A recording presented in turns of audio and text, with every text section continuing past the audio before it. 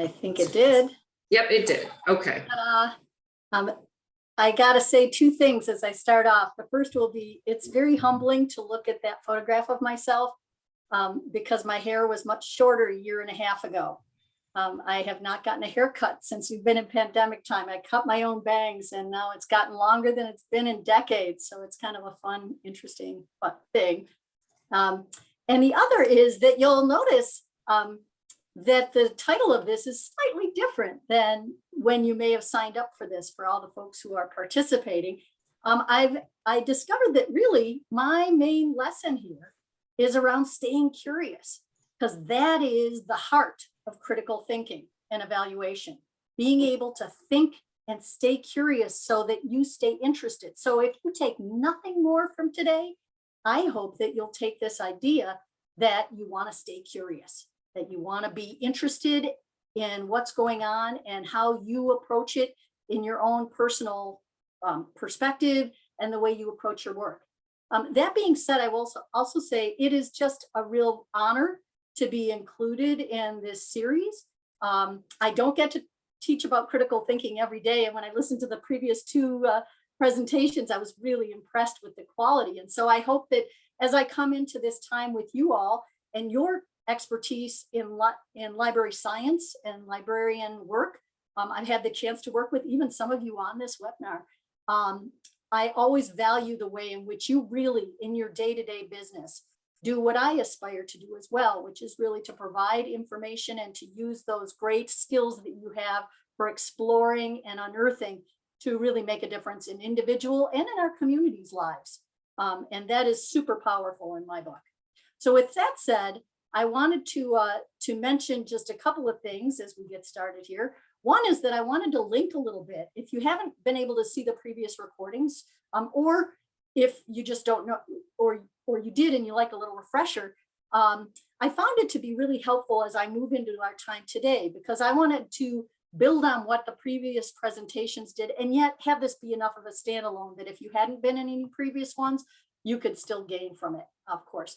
And so with that, then I want to mention, so in March, Renee Hobbs talked about propaganda. And it was really great grounding on the stickiness of emotions, how feelings overrule facts, and how propaganda is not something historical, but very present today. And so some really cool stuff there. And then in April with John McFreeman's Deep Fakes and Misinformation Landscape, I think it really primed us for today with an exploration of manipulation and deception qualities of deep fakes. And that quote he had about death by 1,000 cuts into a postmodern truth hellscape where no sources can be trusted, that was just super sticky in my mind. It doesn't roll off the tongue, but as I thought about it, death by 1,000 cuts and a postmodern truth hellscape. Wow, that is quite a role. And it brings us to today, really, about critical thinking and evaluating information and ultimately staying curious. So as we go about our time today, we're going to cover a couple of things. I tried to stay really focused around what critical thinking is, give you a chance to sort of explore your own thinking around it, and then getting deeper and providing what I think is some new information around the landscape of information and inaccuracies, and then ultimately what to do about it, because we can know things about what's wrong, but what do we do to keep the faith, to use our critical thinking skills and really work on helping people explore accuracy, right? So with that, and I'll provide some examples as we go. I also discovered that an hour or 55 minutes is not as big a time as I always want. I always have more information. You may find this too in your life and work. And so you may, if there are things that you're really curious about, please put them in the chat. I had more resources and I just had to pare down to make sure that I didn't go too long or keep you till, next week, Thursday, with all the information. And quite frankly, the chance to hear from you as well. So I actually want to start off with a little bit of an activity and invite you to use the chat. What does critical thinking mean to you? What words or ideas come to mind when I pose the phrase critical thinking? You just go ahead and you'll want to make sure it's to all panelists and attendees, just because then we can see each other's ideas as well. Whoops, we got this popping forward here. So ideas. Questioning, yes, Elizabeth, absolutely. And of course, in a way, there's no right or wrong. Evaluate, taking time to intentionally verify. Thank you, Stacy. Oh, look at that series of questions, Drew. Who, what, when, where, why? Slowing down, knowing what lens. What lens you're bringing. Being curious. Oh, Shelley, you just got me right there. Intentional, close reading, skepticism. Thinking a little deeper. Yes, yes. So lots of ideas really quickly. Inquiry, yeah. So there are a variety of ways that we can think about this, using logic, a critique of your own thinking. Oh, yes, you are on the path. Inquiry, being aware of biases behind sources, thinking like a scientist, evaluating, re-examining, testing. Oh, yes, yes, yes, yes, yes. Looking at the source, evaluating the point of view. Thank you, Juliana. Yes. So there's a lot of things here as we think about critical thinking and sort of explore that even from where each of us is coming. Who wants me to believe this? Yeah. We slow down and we ask who and what the funding source might be behind that information. And for as much as we've got this information superhighway, it can be challenging sometimes to do that. So I see, it's interesting because I see Caitlin poses, what am I bringing to the source? What is the source bringing to me? And that really highlights some of the things I'm seeing in your chat, which is what's out there, and also what do we bring? The internal, our own frame of reference, our experience, our points of view, our knowledge, and the places or the people or the sources that we're going to. Where are they coming from? What's funding them? How is their work getting exposed? So with that, I'm just going to briefly share a little bit here. So critical thinking is thinking that analyzes thought, assesses thought, and transforms thought for the better. And I mentioned this particular definition from Richard Paul. He's one of the founders of the Foundation for Critical Thinking. If you're not familiar with that already, I'm going to have a go-to resource sheet afterwards that you can tap into. That's one of the leaders in the field around critical thinking. And has certainly influenced me. We'll draw from some of their work today, but there are many other sources as well. So I just wanted to share that on the front end. And clearly, based on the things that you are sharing already in the chat pod, we're on the same page. We're looking at how do we analyze, assess, how do we transform, and ultimately our purposes here are to be better. And with that, then I want to just do a little a pause here for you, each of you, to just take a moment and think of someone you think of as a good critical thinker. Someone you think of as a good critical thinker. They might be a role model for you. They might be somebody you don't know personally, but you notice how they go about things and you think, I want you to just pause a little bit and think about what is it that they do that gets you thinking that they're a good critical thinker? What actions or behaviors, what ways do they look like that kind of good critical thinker? And if you want to jot one of those actions in the chat, you're welcome to do that. You don't have to. You've shared some things already, but I really, in asking you to do this, I want to prime your mind to be thinking critically today in the time that we have together. We know that priming, when we expose people to something to prepare them for something to come, in this case, prepare you to think critically, that it can get easier. And if anything, one of the things I've noticed as I teach on critical thinking is that people tend to feel like it's really heavy weight, right? It's hard. Critical thinking. I mean, the word critical right away turns some people off because it's like, ouch, I don't want to go there. And that's where I landed on the stay curious, because it's like, well, actually critical thinking, human beings, we get to do that. Really, we can really do that. It's an amazing thing. And so as you think about a critical thinker for you, that good critical thinker, that person who's open-minded, who's willing to evolve, who doesn't make assumptions, that question things, don't take them for granted. Beautiful, beautiful additions to the chat pod. It primes you to be thinking in ways that are going to be helpful to your learning here and also into the beyond. So with that, I'm going to move us forward into our next piece, which is 4 ways to approach thinking, okay? One of the things that preparing for this really gave me a chance to do is to look into some really new materials. And there's a new book, it's on the screen there, Adam Grant, some of you may know, Think Again, this new book. And I'm going to highlight this in a couple of spots here. I'm going to, because one of the things he starts out with, he writes about how a colleague of his discovered how when we think and we talk, we can move into mindsets that reflect different professions. And in those modes, we kind of take on the identity and use a distinct set of tools of that profession. And so it shapes our mental models and it affects our will to question our own opinions and our skill to open other people's minds. So I want to briefly go into this to kind of highlight for you. So one of the modes is the preacher mode. When we enter the preacher mode, we're defending a sacred value, and we can be delivering sermons to protect and promote our ideals. So that's one of the modes of thinking, the preacher mode. Another is the prosecutor mode. This is where, like a lawyer, we recognize flaws in other people's reasonings, and we rally our arguments to point out their flaws and win our case. So there's the kind of the prosecutor, right? The third mode he talks about is the politician. When we want to win others over, we campaign and we lobby them for their approval because we want their vote or their support, whatever the case may be. And this is about thinking, right? It may not seem like the way that you think of yourself as a preacher or prosecutor or politician, and we can use different modes. It's not about all one. So that piece. And then where he goes really is to think about being a scientist, thinking like a scientist. And someone mentioned it in the chat already, where we analyze systemically, where we seek out other perspective from credible sources, because we don't want to just my way or the highway because I said so. It's really about staying in our curiosity to discover truth, to discover truth. And it's really, he talks about how in scientist mode, we get mental flexibility. We look for the reasons why we might be wrong, not just the reasons why we might be right. And we revise our opinions based on what we learn. He even in the book is really humble about sharing some of his own areas where he has been wrong and changed his mind. So it puts us in a better position to help others learn as well. So my first tip for today is to strengthen your critical thinking, to think like a scientist.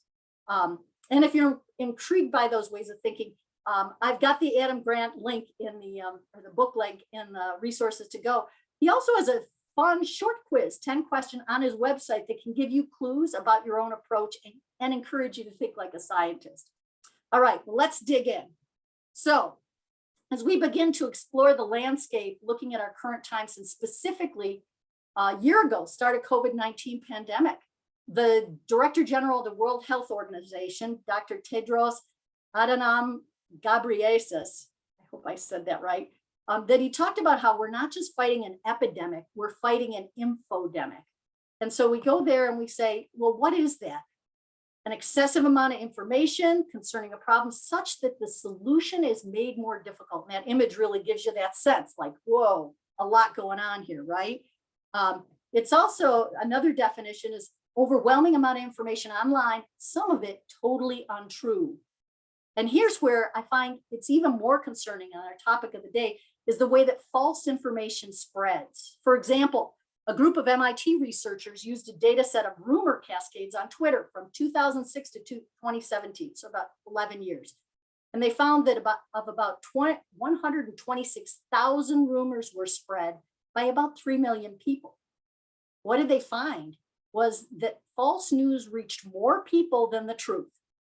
The top 1% of false news cascades diffused to between 1,000 and 100,000 people.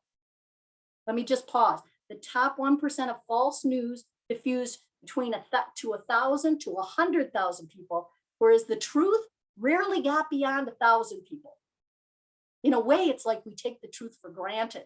That's how I see that a little bit, but that's important for us if we're in the information business to be able to make sure the truth gets out more readily. And lies spread. The other thing they found is that lies spread faster than the truth as well, that those emotional reactions of recipients get people to move things, to share things more readily, even when they're not true. So we're going to take a look at 3 broad types of inaccuracies as we go on here. The first type would be misinformation. This is information that's false, but it's not created with the intention of spreading harm. So for instance, somebody who posts an article containing outdated information, they don't realize it, but they just put it there. I've done that where I found myself going, oops, many of us, or some of us, maybe not everybody, but I'll be humble here. but there are times like you put something out innocently, you might share a rumor about something, and then you find out it's false. It's not done with intention to cause harm. You just get caught up in the moment. You try to be helpful, but you fail to adequately look at the information before they're sharing. And it makes sense in the context of click and go and so many things to get done. And it's certainly in the last year with family, kids at home, if they're not in the classroom, but they're online, or adults that are needing healthcare support or whatever the case, it's a lot more stress, right? And there's a lot to do. So there doesn't have to be intention, but it can still lead to misinformation, right? And as we've heard in some of the previous webinars in this series, the sharing of information is really driven by social and psychological factors. Online, we want to belong, we want to feel connected to our tribe, whether that means people in the same political party, other parents, activists, people who belong to certain religious, race, or ethnic groups. So one type of inaccuracy can be around that misinformation, and it's, as I said, not done with intent to harm. Then we move into a second of the three types, the disinformation. This is information that's wrong and deliberately created. It's done for an ulterior motive. It's content that's designed to cause harm, and it's generally motivated by three distinct factors. Making money, some of you mentioned this in the piece about thinking about the source and where it's coming from. Making money, political influence, or in some cases, just to cause trouble for the sake of causing trouble, okay?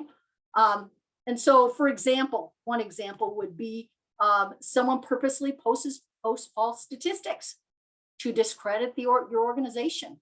And often a piece can be, disinformation can turn into misinformation when some disinformation is picked up by someone who doesn't know it's false and shares it in their network, thinking that they're spreading good news, right? And this disinformation is really designed to be sticky. It's easy to believe. It appeals to that emotion. It's a lie surrounded in truth. So, and we've certainly seen plenty of examples of that over the years, and certainly more, I think Facebook and Twitter have both had to think pretty seriously about their role in that as well. We come to the third piece of inaccurate information, and we're talking about malinformation here. This is information that's based on reality, but it's really intentionally used to inflict harm. For example, you see on the screen right now an example from election day during the 2018 midterm elections. It's a video, but I just did a screenshot, and it's based on a genuine video of a broken voting machine in Ohio that was highlighting the wrong name when it was pressed. Now, the machine was taken out of operation and the person was given the opportunity to vote on a machine that was working correctly. But this tweet was pushed by someone with a username, I blanked it out so it wasn't spreading, right? They were clearly connected with the QAnon conspiracy. And the video was used to push the false idea that there was serious voter fraud. There wasn't fraud, but the intent was that malinformation. It was that reality, but it was intended to inflict harm on election legitimacy, okay? So 3 types of inaccurate information. And I want to just share with you now a framework. I find that frameworks can really help me to sort out things and remember them more readily. And some of that, when we're in a role where we're in a leadership position or a place where we have influence, it's helpful if we have some simple ways to kind of tag things. So we've got these 2 realms, false and harmful information or inaccuracies. And in the false category, we get misinformation, that false connection or misleading content. We'll get into these a little bit more in just a minute. And then we've got the disinformation, which can be, that may be less harmful or more harmful depending upon how it's played out. And then the malinformation with leaks and harassment speech and harassment and hate speech. We won't get into that, but again, you'll get a link to the resource from which this comes, an information disorder report, really solid, just in the last couple of years. And that'll be in that material as well. So let's go just a little bit more into some of those types of mis and disinformation. The author Claire Wardle gives us 7 categories so you can name and sort through some of the complexities. We're going to start on the left where the low harm is. We recognize some of this stuff right away. Satire and parody. There's not intention to cause harm, but it's potentially, think of Saturday Night Live, the Colbert Report, even memes. And the challenge is that satire can be really used strategically to bypass fact checkers and distribute rumors and conspiracies, knowing that the pushback can be dismissed by saying, oh, it was just entertaining. It wasn't supposed to be serious. So, in a mild case like Saturday Night Live, we know it's for entertainment, but in other places it can get a little complicated, right? The second, we'll move across the spectrum here, the false connection. This I find related a lot to clickbait content, where visuals or headlines and captions don't match the content.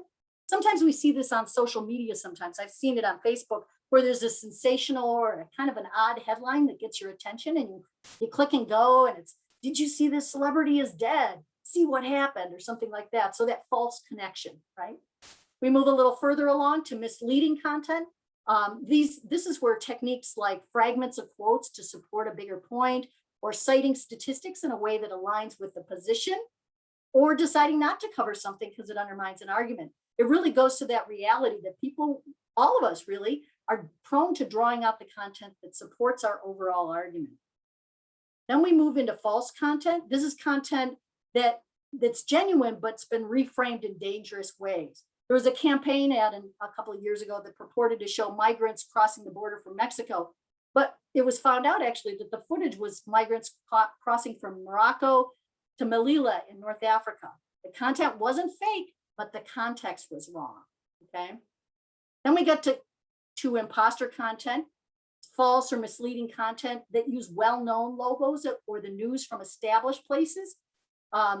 It's like fake campaign ads using a competitor's logo or fake news sites that look like reputable publications, excuse me. Thanks for that post there, Mary. That looks interesting. Then we get into manipulated content where you're looking at, again, genuine content altered to deceive. Mostly it's photos and videos.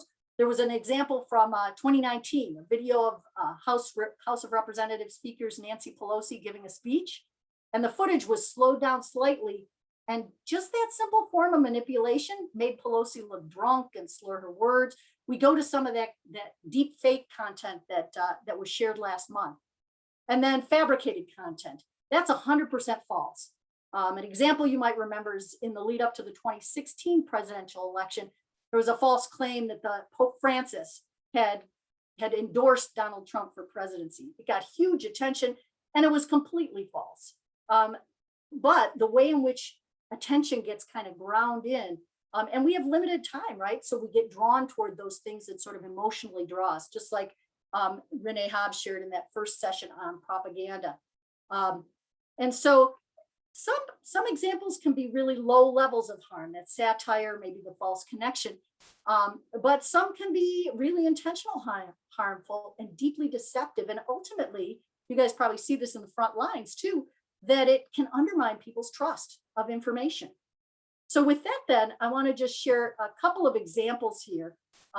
Information that can be accurate, but displayed in ways that can lead us to draw inaccurate conclusions. And I'm just going to share something else for just a few moments here as we kind of go through that. Let me grab. We'll come back to our screen here. And I believe that you're able to see the information here on the screen that shows a graph. If you can't see it, let me know in the chat, but I'm going to move us through it, given that we've got things going here. And I'm not seeing anything. So for instance, we can be beautiful. Thank you, Mary. Omitting the baseline. This may be very familiar kind of stuff to you, but I want to just make that a chance to show. So we've got on the left, the vertical axis starts at 50. It looks like, oh, group A, group B, and C are really similar, but if it started at 0, then we see the difference is not so great. So taking away that baseline, right? Let's check out another one. And changing the y-axis here again. So we've got many years, or the scale disproportionate. Here we've got 0 to 40. Here we've got 0 to 15. You can see if you look at the larger or the higher amount on the left, it makes it hard. It makes the change seem very small. But if you go to a more accurate or a proportional depiction, it's much easier to see that the change over time, or the change as it's better represented, right? We got cherry picking, that's not unusual, but we'll just do a using just a couple of months versus using a couple of years. You can see where maybe the upward incline is not really the overall pattern, right? Okay, let's go to the next one. I'm using the wrong graph, a classic, using a pie chart where you think that's the whole group, but really it's not about 100%. It's about what are the different differences between groups, okay? And these are also going to be in the resource piece, so you have a chance, if this is something that would be useful with folks you work with, can be really easy to access.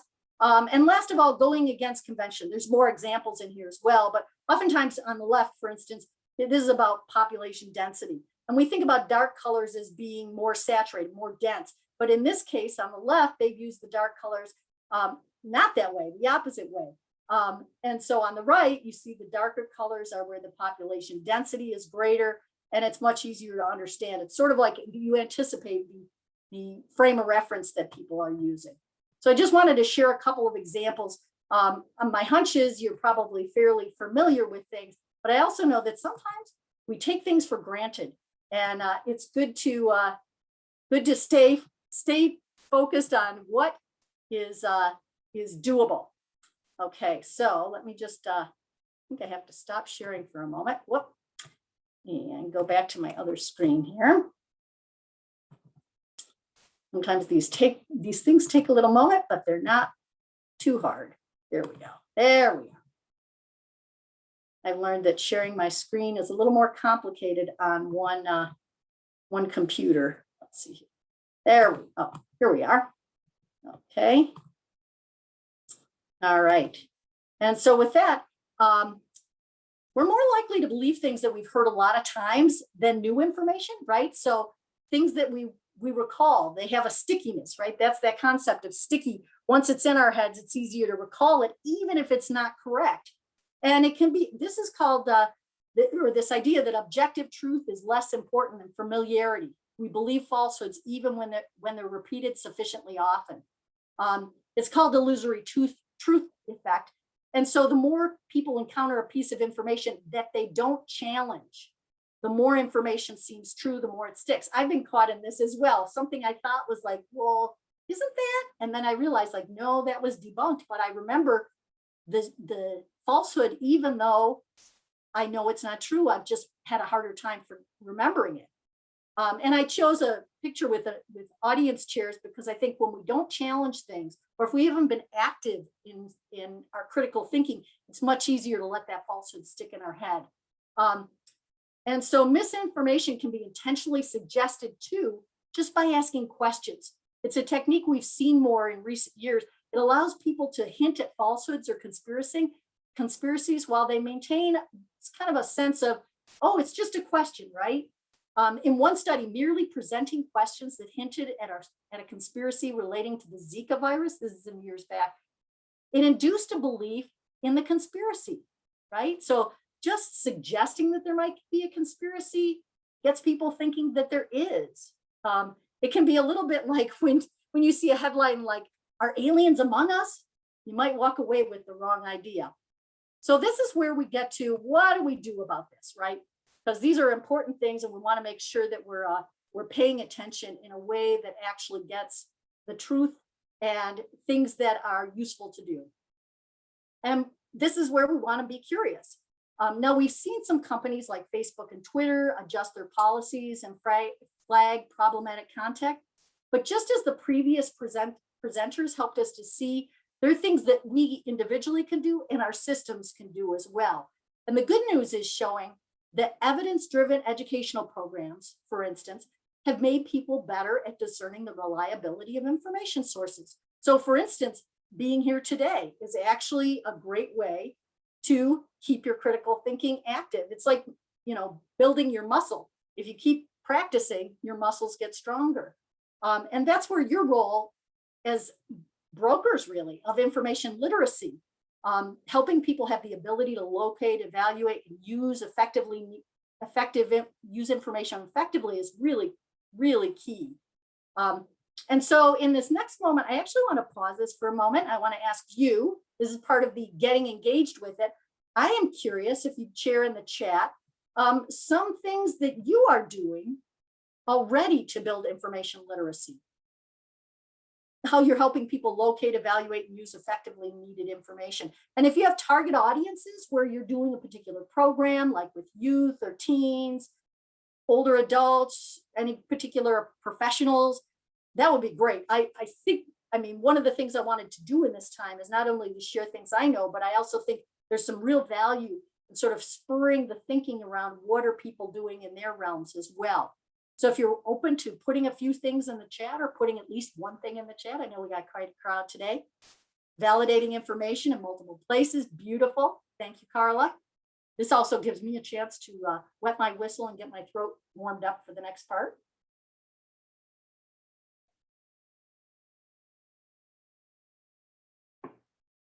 Have I stumped you all? It's possible, but not likely. All right, checking multiple sources. Helping teachers. Resources on evaluating information sources. You'll find gamification.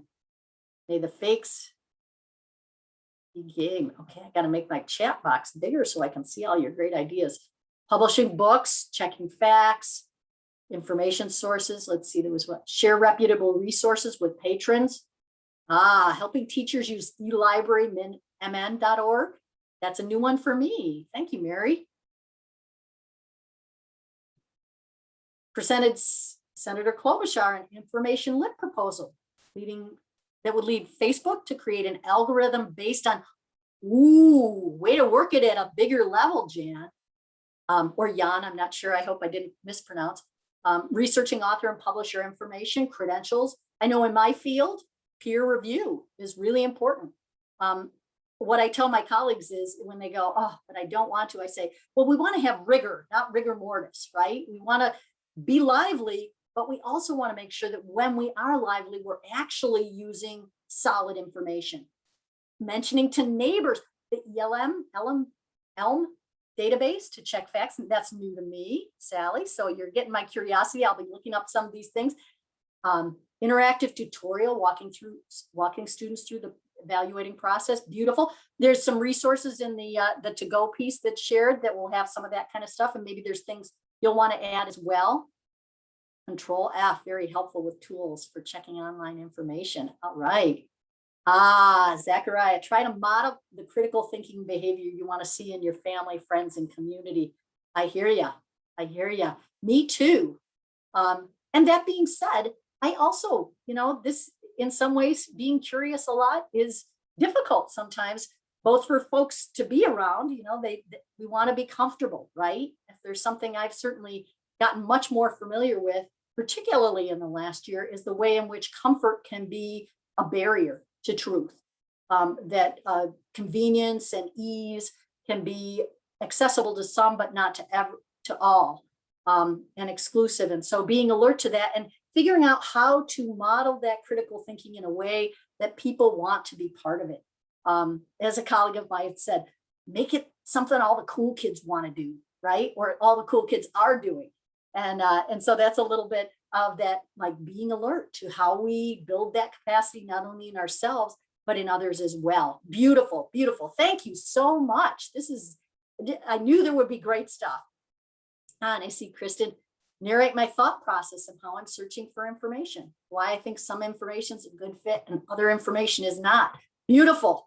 Well, as we move into this next part, then you're going to find I have some ideas for you, some of which might be quite familiar and others that might be, they might stretch you a little bit. So I find myself thinking about our comfort zone, surrounded by our stretch zone, surrounded by our panic zone. And I want to put us in the stretch zone a little bit. All right. Oh, thank you. Keep putting those things in there because I am sure that ideas that you put in may spur someone else, will spur someone else, and keep that curiosity kindled like a good bonfire that we can sit around and learn from. Beautiful. So you can keep putting some of those examples in there, and I will move us into our next piece around what we can do. So some of the things we can do, and I'll just do a kind of a headline here, and then we'll move into the details. So the first is to inoculate. this idea that we can prevent some of that information, that inaccurate information from being shared and from sticking, right? And then the second is really when you can't prevent, to debunk, to look at some of those, and what we're going to do now is to look at some of the recent evidence-based research around the two basic things. And then we're also going to talk a little bit about feelings, which always makes me want to sing. Feelings, whoa, feelings. But I won't do the whole song. So with that, then let's get into the inoculation part of thing. Some folks call this pre-bunking, and really essentially encouraging people to think critically as they go along, right? The idea here with inoculation, and certainly we've heard a lot more about that in the last couple of months than we ever knew we would, exposing people to a weakened dose of the techniques used in misinformation and preemptively refuting them, building those cognitive antibodies. We don't necessarily think about antibodies when we're getting a jab or a shot, but the idea here is to get better at that information literacy, right? And the how-to, so encouraging that evaluation. So some of these have already been mentioned. You've talked about asking what the source is, encouraging people to think that way, to think from that perspective. Encouraging that buyer beware stance, especially around social media. You know, just because it pops up on your screen doesn't mean it's true. And yet I find more and more, especially with my younger colleagues, going to a book isn't the first or even on the list of ways that they learn. TED Talks, the short, online paragraph. And so especially, and even more so in communities where people are really time limited or attention limited, the capacity to go to that deeper level that got mentioned earlier. I think using some of that buyer beware, that fear kind of be careful, is actually a bit more of a motivator in some ways. So that critical evaluation, encouraging people to pause, to slow down, to think.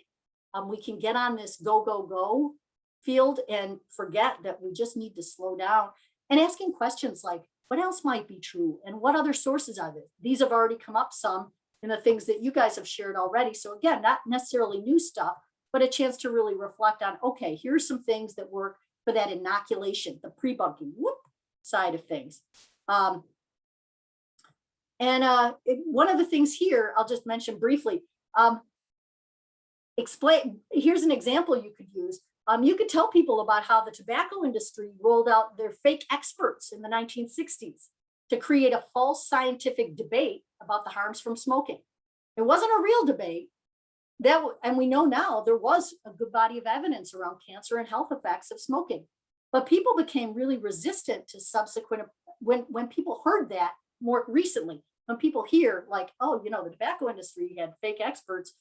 When people hear that, they become more resistant to persuasion attempts using the same misleading argumentation. It's sort of like that planting of hey, there were fake things.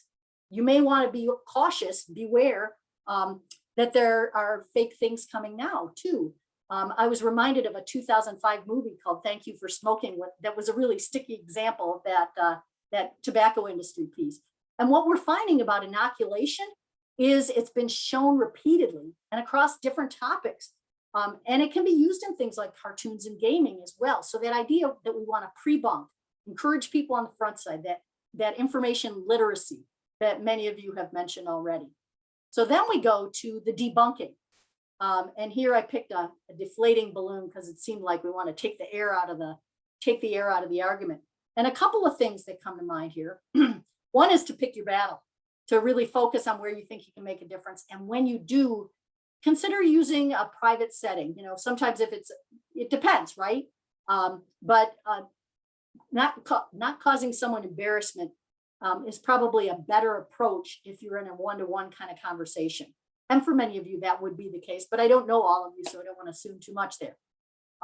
Another is to find common ground. Adam Grant talks about this really eloquently, that when you acknowledge what you have in common and what you share, it can really motivate others to consider your point of view. We actually both care about this, or I care about that too, and here's how I approach it. So that's a piece of the mix as well. Another is to choose your frame. We got to be mindful that any correction using a myth, for instance, is created by someone else. So you can't correct someone else's myths without talking about it.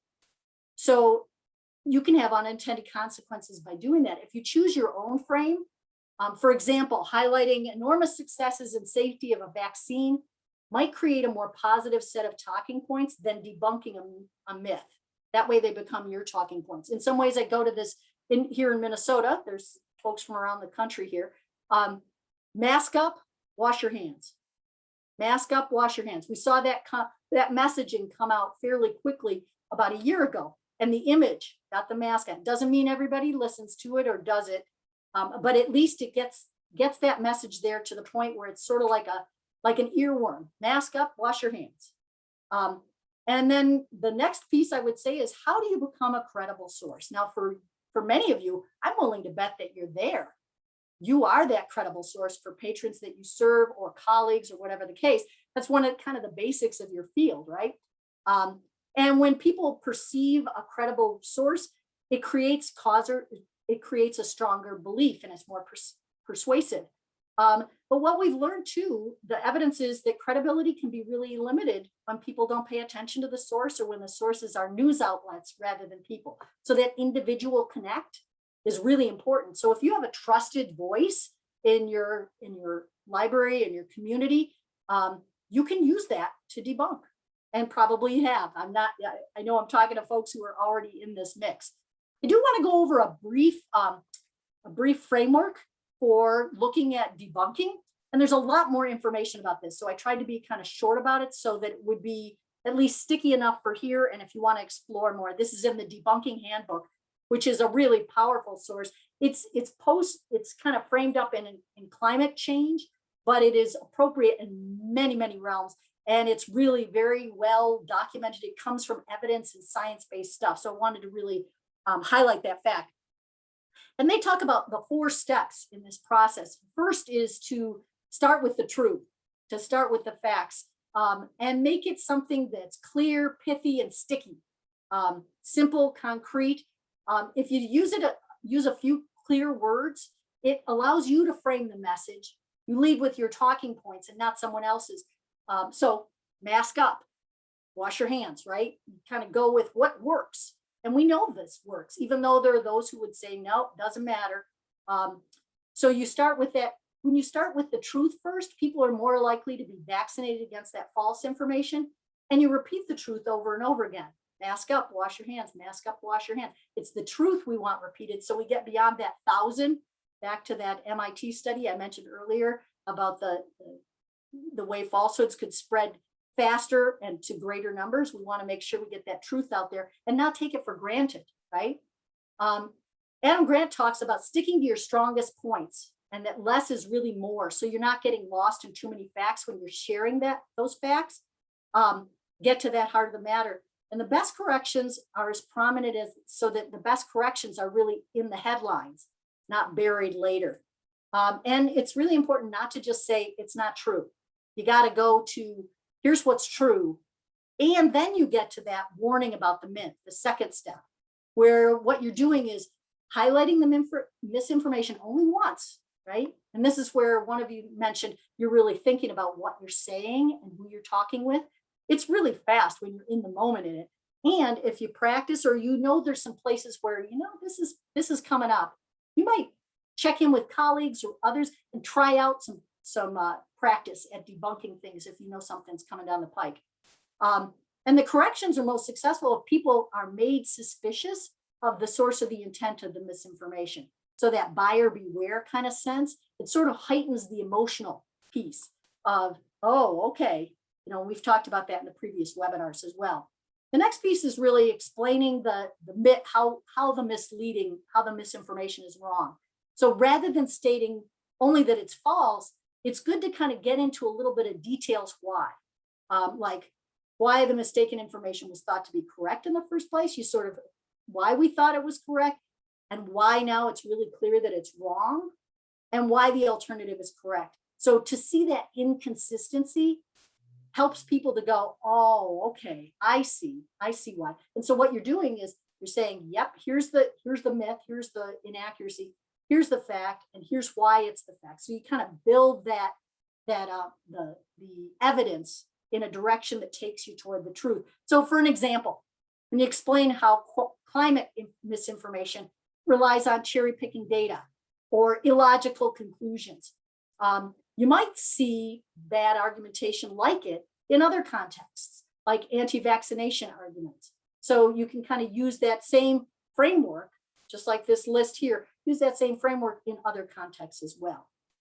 And what we're seeing in the research is that these kind of corrections both help sustain that belief change over time, so it lasts, and it keeps people from reverting back to those falsehoods.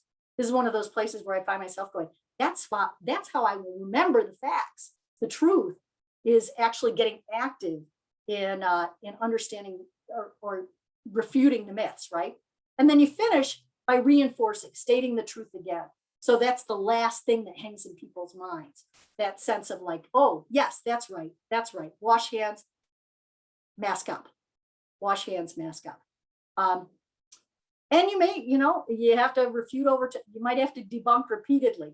A couple of things that they found in the work that they're doing in the debunking handbook is around avoiding the scientific jargon or complex technical languages, really good graphs, videos, photos, visual aids that can really help. And of course, we know sometimes the truth is a lot more complicated than some short viral false claim. This is one of the challenges, right?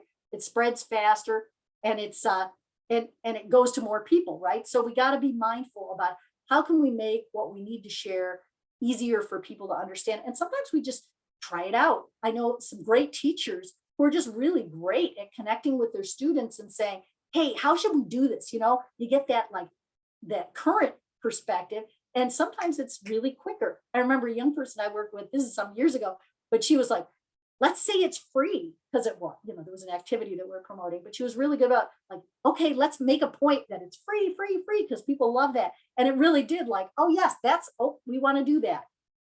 So some of that checking in with the people that you work with and trying stuff out. Of course, you want to be trusted or have that trusting relationship, but I'll highlight it's one of those things. And that brings us to the piece I wanted to share about feelings. That piece about feelings over facts that we heard, that there's truth in it, right? We get emotionally embedded or triggered by things. And so a couple of things, and here's where Adam Grant has just some terrific ideas and great stories as well. So one of the things he talks about is asking better questions, where we ask, how did you come to that? To show an interest in someone else's thinking, and listen well. He talks about changing your question to listening ratio, where you spend more time asking questions and listening than talking. And I bet most of you do that really well already. Another question would be around what evidence would change your mind. So ask where someone's coming from, and then offer ideas on their own terms, when you find out where somebody's coming from. And then how might you believe in something different if you were born in a different place or time? I've actually been experimenting with this in some of my work around equity, because biases and stereotypes aren't something we're given a lot of reflection to. We just sort of live our lives and perspectives. And if we encourage people to think I've been asking white people, what might a white person imagine their life would be like if you were born Black? What would it be like? How would it be in your community if you were Native American? So it provokes that kind of, I don't know. I don't think that'd be too good. It gets people thinking. And of course, you got to consider the context as well. But that's one of those, hey, let's look at the feeling side of things as well. Another piece is to acknowledge this freedom of choice. Sometimes people resist because they don't like the feeling of being controlled or told what to do.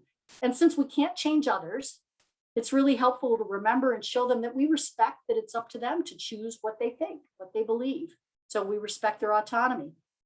And then last of all, when things get heated, instead of focusing on the content, we focus on the process. So this really comes from good negotiation tactics, right? You share your own feelings when things are stuck, and then check in with the other to see how they're at. Like you say, well, I'm really frustrated and disappointed. It seems like we've come to an impasse. How are you feeling about this? So it goes to that sense of we as human beings are connecting with the being part of us, not just the doing, not just the argue about the facts. It's also how are you frustrated too? It seems like we should be able to come through this. So I found those to be really helpful kinds of things. And again, this is evidence-based kind of stuff about what works for helping people shift their thinking, or at least start to consider a different approach. Okay, we're moving into the home stretch here. So I'll go to this last piece. So online, I know a lot of times we can feel like, oh, social media. I don't even want to go there, because who changes their mind, right? It's a silence. It's a space full of people talking about their own thinking. But the truth is, we can make a difference online. What we're finding is that corrections from users and experts can be effective in reducing community misperception when you're responding to misinformation. Like when you recommend a related article that contains a correction, and some of you have mentioned that earlier in the chat.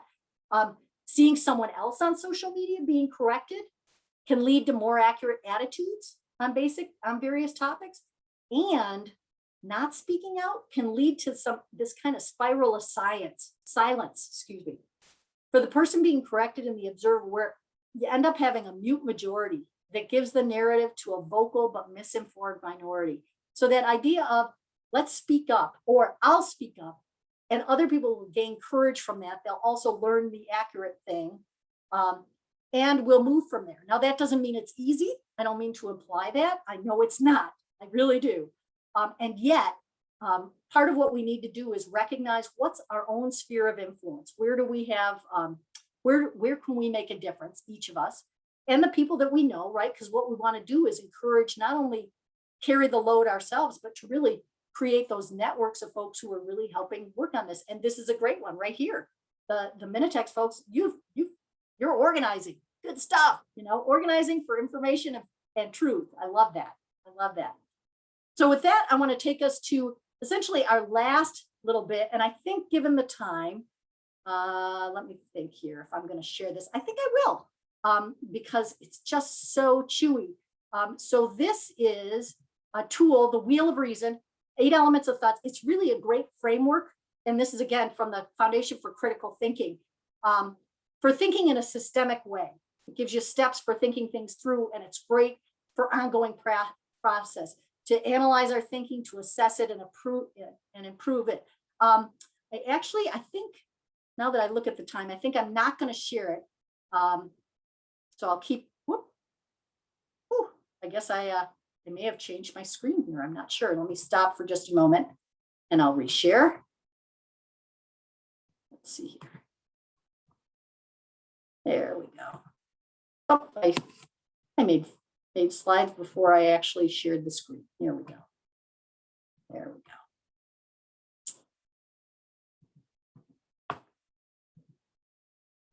Have we all not learned how difficult and sometimes challenging just moving between screens can be? And I saw there was something in the chat, so I want to make sure. Yeah. Pulling out my phone to look it up on the spot. Yeah. Oh, beautiful, beautiful. This is one of the ways we can use those Smarty Pants phones really well. They're handy. They're so handy. So I just want to highlight this, the elements of reason, or the Wheel of Reason. It's an interactive one. So if I was going to show you this live, and I won't because I don't want to jump between the screens now, but you'd see you can highlight an area like purpose or point of view, implications or consequences, and it gives you a list of questions. It gives you things to consider, and I have just found it to be super useful, especially around assumptions and taking things for granted. It's helped me to have kind of a short list of things that I ask myself. And of course, you can use that with others as well. Foundation for Critical Thinking does a lot of work with K-12 and college students and professors. Really, really, really cool stuff. So with that, then, I'm going to take us, because we're quite near the end, I want to encourage you to think about critical thinking is about seeing a broader picture, or as I like to call it, going to the balcony. If you think about being down, if you're at a dance and you go up on the balcony, you can see the patterns, you can see the big picture. You start to refresh your thinking.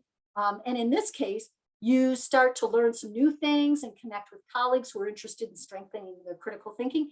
And it moves you to that balcony view where you can see what's happening, you can determine strategy, and you can pick actions that really do make a difference.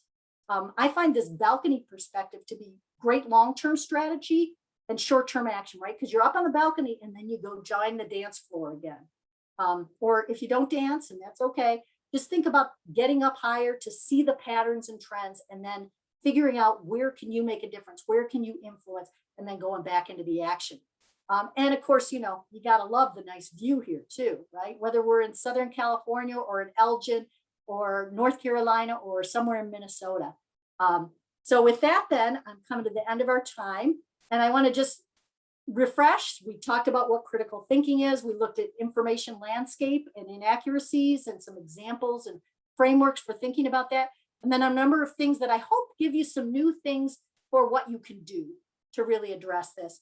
And with that, then I see Beth posted the Z link to the Stay Curious to go sheet, pictograph, picto chart.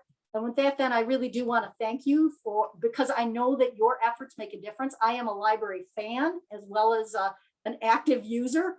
And I really appreciate you all, the 90, nearly 100 of you, making the effort to stay curious, to stay informed yourself, and to really foster that in your workplace and in your communities.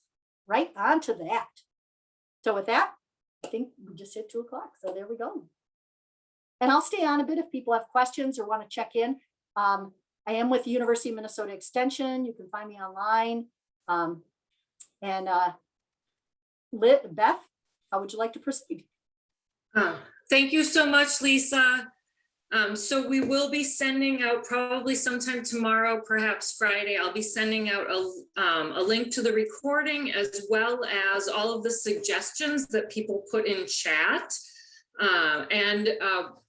I will also link up to the Level Up webinar that has all the recordings and all the information you would need for the Media Landscapes campaign. Lisa, thanks again so much. Most welcome. And I see the list of resources are in this. I'll post the Z link again right into the chat. There we go. And I'll Sarah send asked that about again. I'll send that link again with the link to the recording as well to everyone. Great. And Sarah asked about the wheel. That's the Wheel of Reason, and that's in the link as well, or in the Z link resource as well.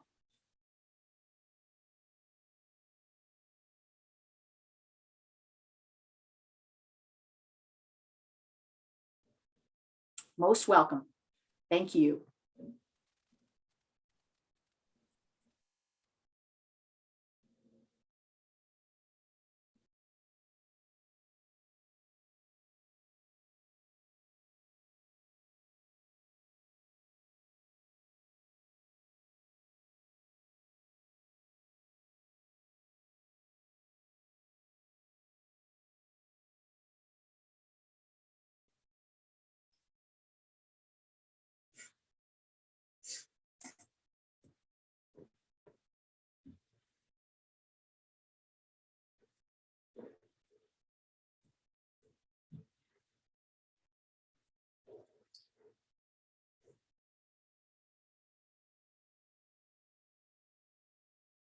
All right, Lisa, thanks again. And I'll copy you and on the recording with all the links and everything as well.